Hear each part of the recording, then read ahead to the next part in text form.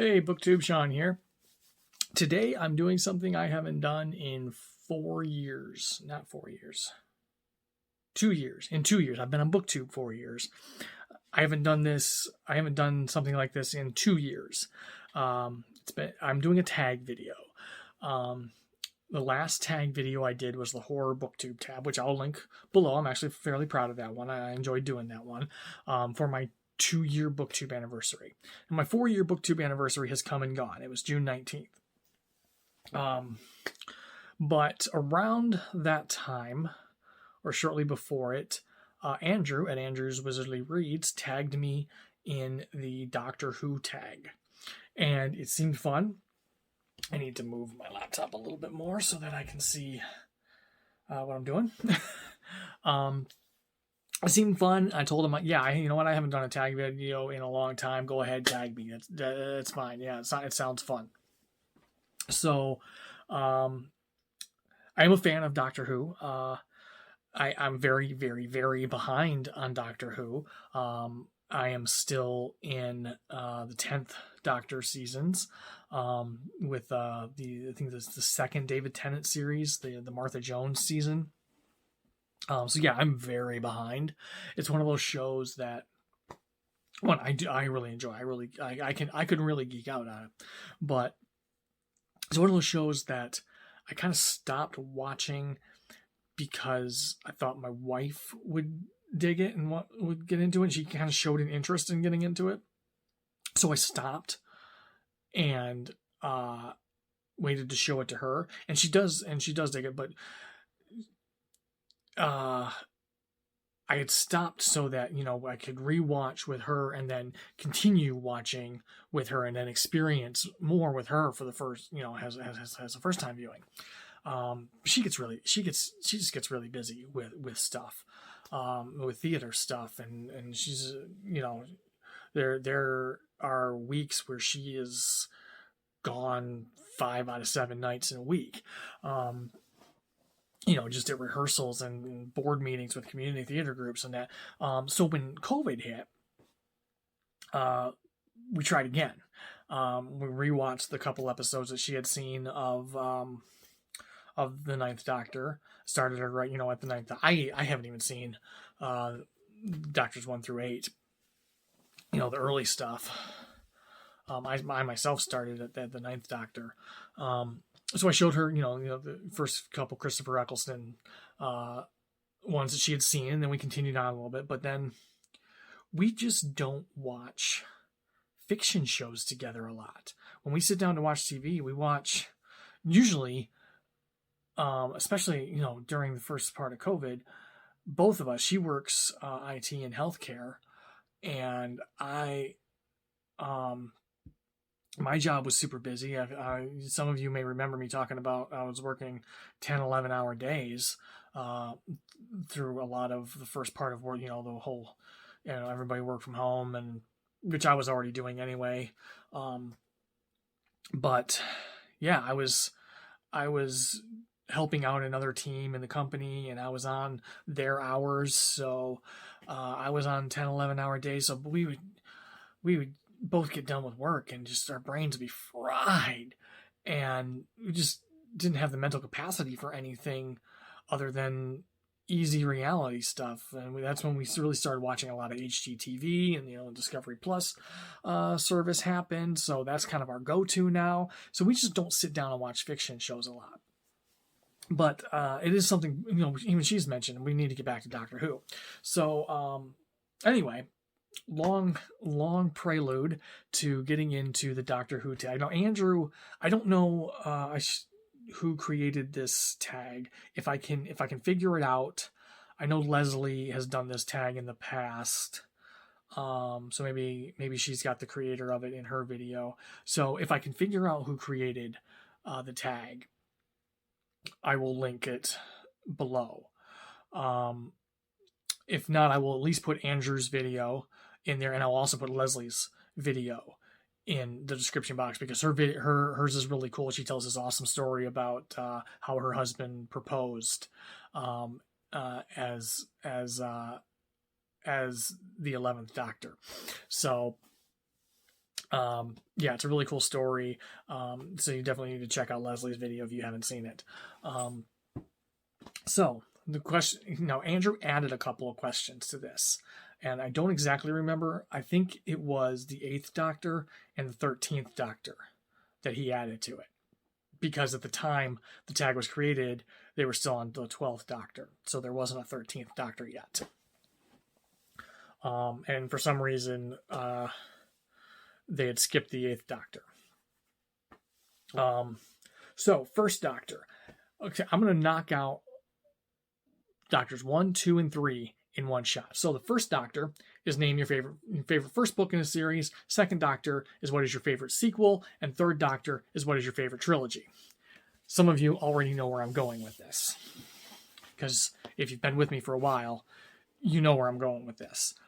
Favorite first book in a series. 5th season by N.K. Jemisin. Favorite sequel. The Obelisk Gate by N.K. Jemisin. What is your favorite trilogy? The Broken Earth trilogy by N.K. Jemisin. I have made no secret of my love for this trilogy. I think it is absolutely fantastic.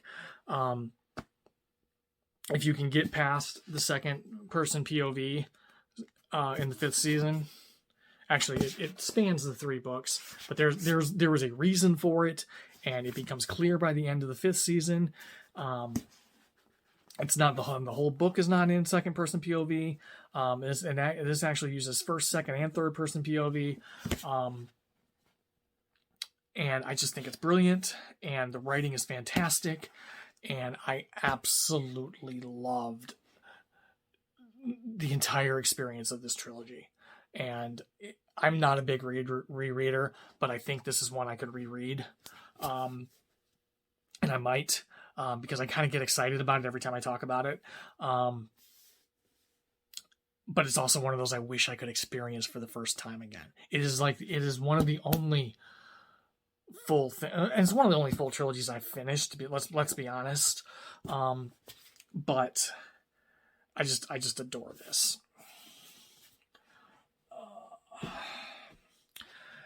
The 4th Doctor. Name a book with a colorful cover.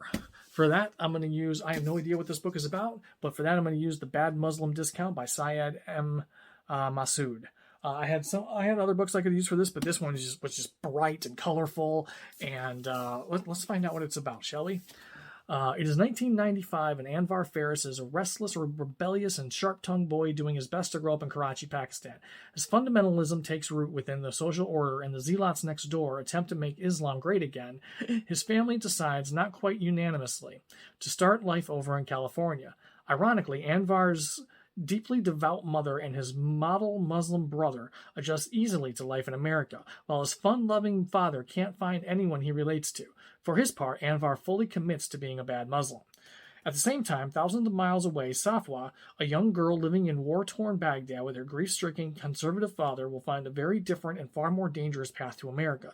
When Anwar's and Safwa's worlds collide, the contradictory, intertwined fates of these two remarkable strong-willed adults will rock their community and families to the core. The Bad Muslim is a poignant and often hysterically funny debut novel by an amazing new voice with deep insight, warmth, and irreverent sense of humor. Syed M. Masood examines universal questions of identity, faith, or lack thereof, and belonging through the lens of Muslim Americans. And I think this book is going upstairs with me when I'm done recording this video. I know Greg at Supposedly Fun recently read this, and I'm pretty sure he really enjoyed it. I think if I remember that correctly, I might not have seen the video, but I think it was on a recent favorites video of his or something. But yeah, this sounds great. That's going upstairs with me. The 5th Doctor. What book do you have that features sports? This is going to be, I don't own the physical copy of this, so I will put a little picture up. The Combat Codes by Alexander Darwin. This was a finalist in the SPFBO, the last round of the SPFBO. competition. I don't know a ton about it. I do know that it deals with an MMA style fighting, though. So, yes, that's going to be my book that features sports. Sixth Doctor. Name a book featuring a dark and powerful villain. This took a lot to come up with. I'll be honest. I know some people have said the Dark Tower series, the Man in Black from the Dark Tower series, Randall Flagg, who spans, other books in Stephen King's universe. I didn't want to go that route. So I went with Stephen King's son, Joe Hill, and Nosferatu. Charlie Manx is the villain in that series, and he steals children and takes them to a place called Christmas Land that exists on this other plane of existence. He's absolutely creepy. He is powerful. He's a vampire of sorts that he gets these children excited about going to Christmas Land, and he just sucks the life out of them until they're just these unrecognizable feral kids with razor sharp teeth. And read Nosferatu by Joe Hill, and if you're going to do the audiobook. Kate Mulligan does the narration of the audiobook, and it is fantastic. Seventh Doctor. What is your favorite adult or dark book? That is going to be Beneath by Christy DeMeester. This is a horror book published by Word Horde as an independent horror publisher. So anybody doing indie accords looking for an indie horror book, highly recommend. I don't think it fits any of the prompts, but still read it, get it, read it.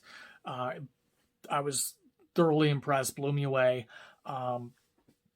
It is strange. It is dark. I can't even describe it to,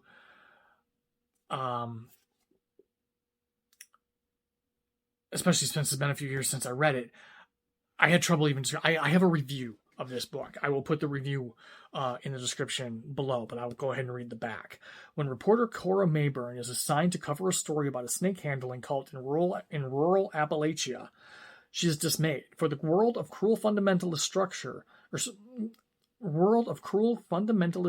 repression, glossolalia, and abuse is something she has long since put behind her in favor of a more tolerant urban existence. But she accepts the assignment, dredging up long-buried memories as she seeks the truth.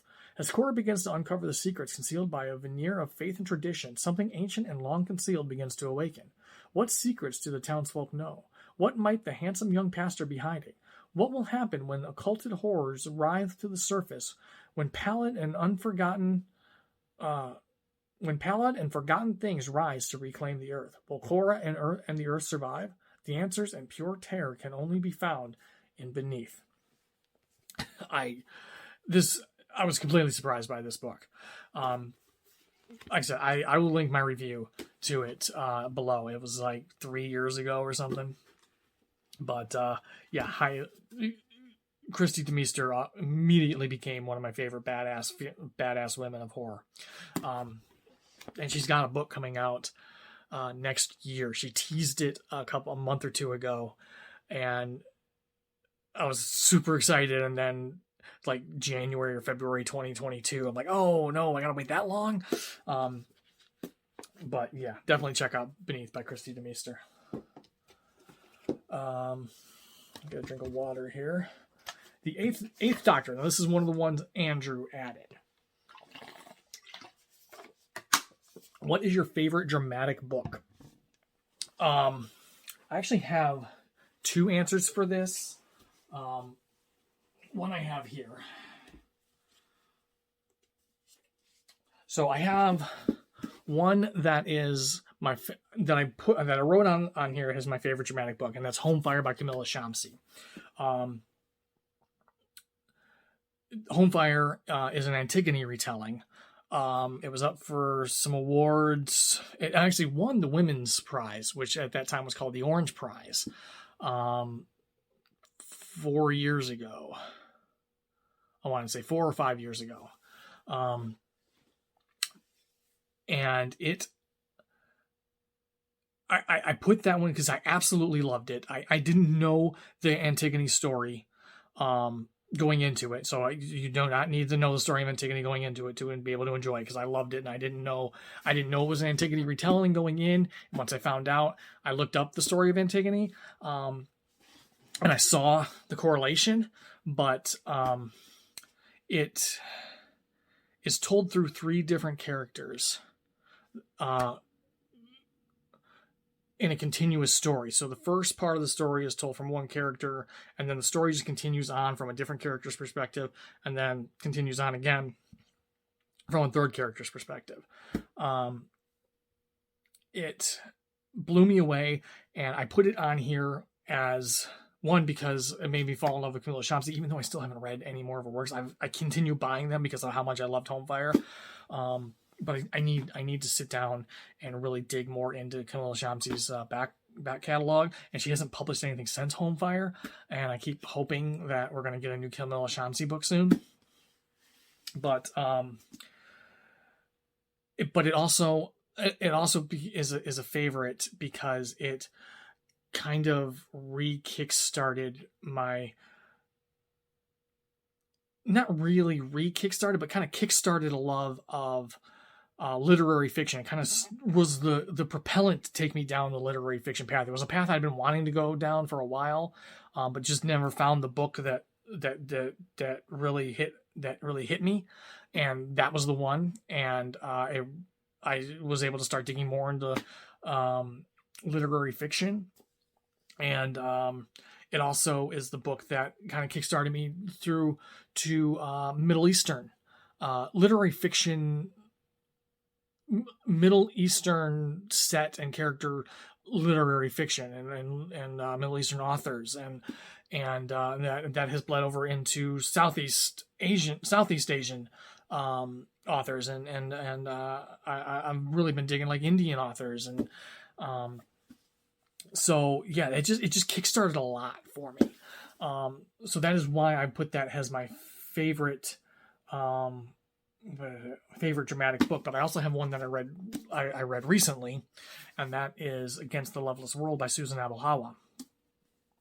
And again, I read this year. It's the only 5-star book I have this year so far. I've only read 18 books this year so far. I'm 9 books behind my Goodreads goal, which it and Storygraph both remind me every time I log in. But I've read some good books out of those 18, but this is the only one that garnered 5 stars for me. I absolutely loved this book. This is a Palestinian story. A woman named Nair starts off the book in prison for a Palestinian terrorist attack, which you learn the backstory of, and it really goes through a lot of the history of the Palestinians and how they've been, their movement out of. It just goes through that whole thing, and it's been, with it having been in the news recently. After I read this, it hit even harder.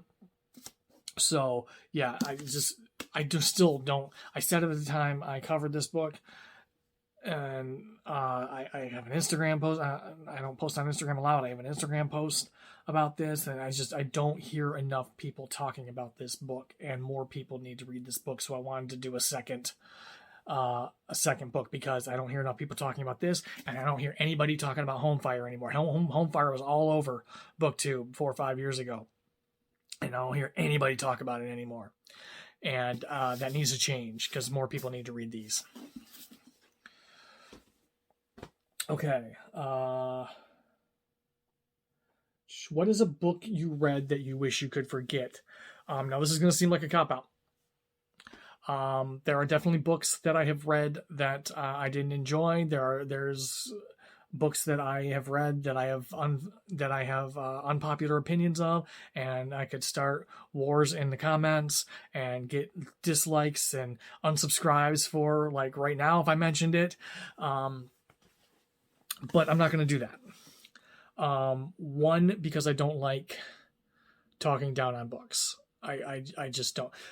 If I read something and I disliked it or it didn't work for me, I will say that when I talk about it after I've read it, but I'm not gonna continue to dog on a book, because just because it wasn't for me doesn't mean it's not for you. Doesn't mean it doesn't have its audience. And I just want to keep things more positive. But two, because I don't have one for this, because there is no book I wish I could forget. No matter how much I disliked a book, it has had an effect on me. Even if I absolutely hated it, DNF'd it after like 3 chapters, it has helped me in a way by shaping my reading tastes and teaching me more of what's not for me, which then helps lead me more to being able to pick up more of what I know I'm going to love. So that I have less of those that I want to DNF or just don't hit right. I would love to be able to pick up 80% or more books that I just love and have no qualms about. So that's why I don't have an answer. That's the main reason I don't have an answer for that, because every book helps shape that. So there's no book that I've read that I wish I could forget, because it has helped shape my tastes and my knowledge of what I like. Ninth Doctor. What made you pick up a series / what book made you pick up a series / genre again? Well, I just talked about how Homefire kind of led me down some paths, but that wasn't again. That was a spark, the fuel for a whole new reading experience. The book that made me pick up a series again, and I do own a physical copy of this book. It's upstairs. It's autographed.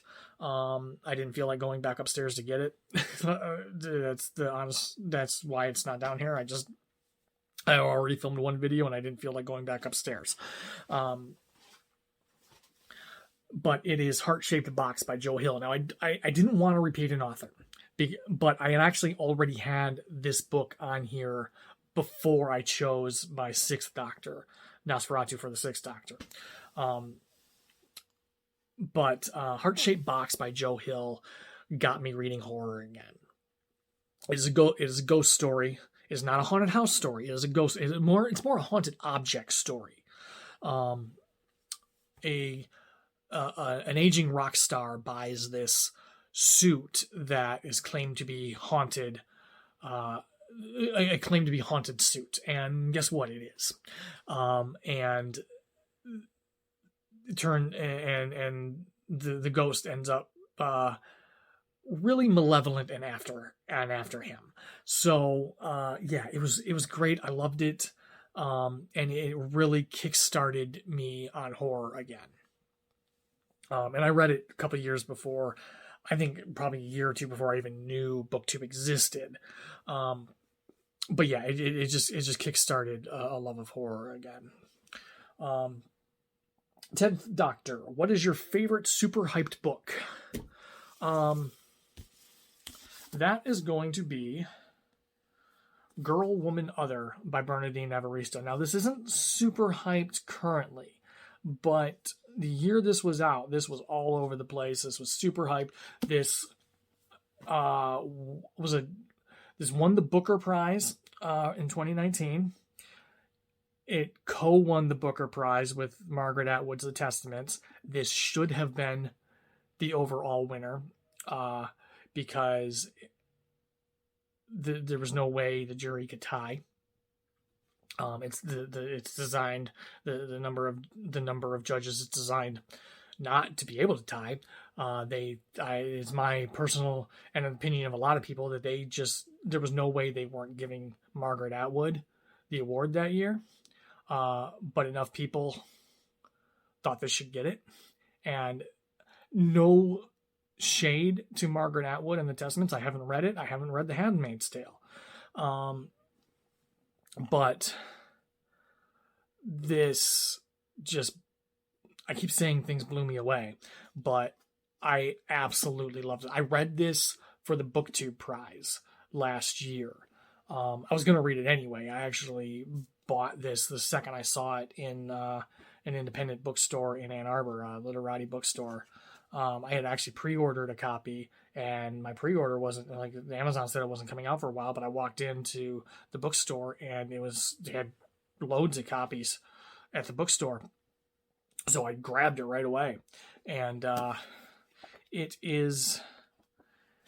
is told in stories. It's kind of a novel in story format. You follow a different character in every chapter, in every story, but they're all interconnected. They're all one story leads, kind of introduces the character that's going to be the central character for the next 3 chapters, and it's around a group of artists, and it's absolutely fantastic. I'm gonna read. I know I'm running at close to a half an hour right now, but in case, I got a lot of fantasy and sci-fi people reading this who maybe are possibly interested in reading some literary fiction. From one of Britain's most celebrated writers of color, Girl, Woman, Other is a magnificent portrayal of the intersections of identity and a moving and hopeful story of a group of Black British women. Shortlisted for the 2019 Booker Prize, which, like I said, it ended up winning, and the Gordon Byrne Prize, Girl, Woman, Other paints a vivid portrait of the state of contemporary Britain and looks back to the legacy of Britain's colonial history in Africa and the Caribbean. The 12 central characters of this multi-voiced novel lead vastly different lives. Amma is a newly acclaimed playwright whose work often explores her Black lesbian identity.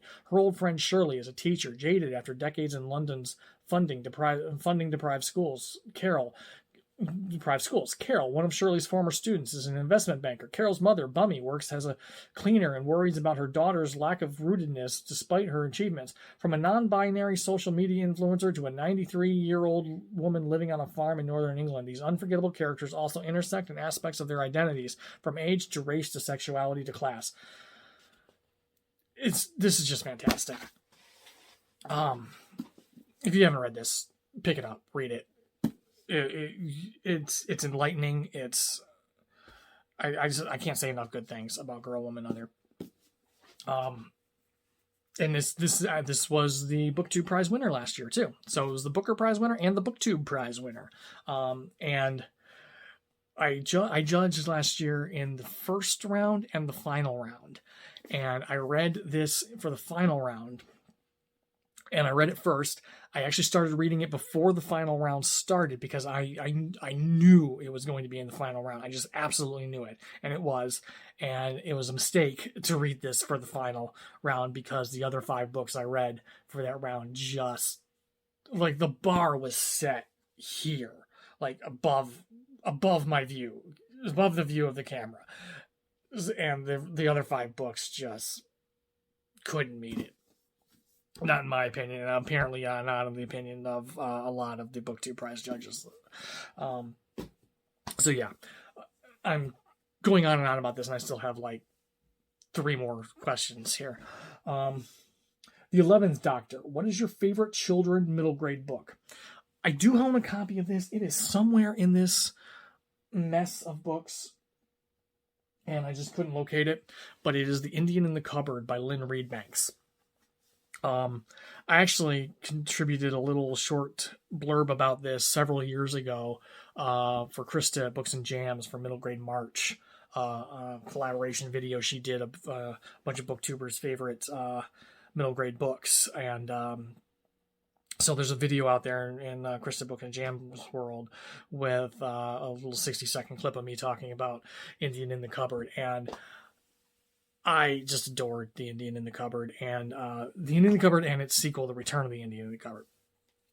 I think there were other books past that I never read, but it is. I would read that book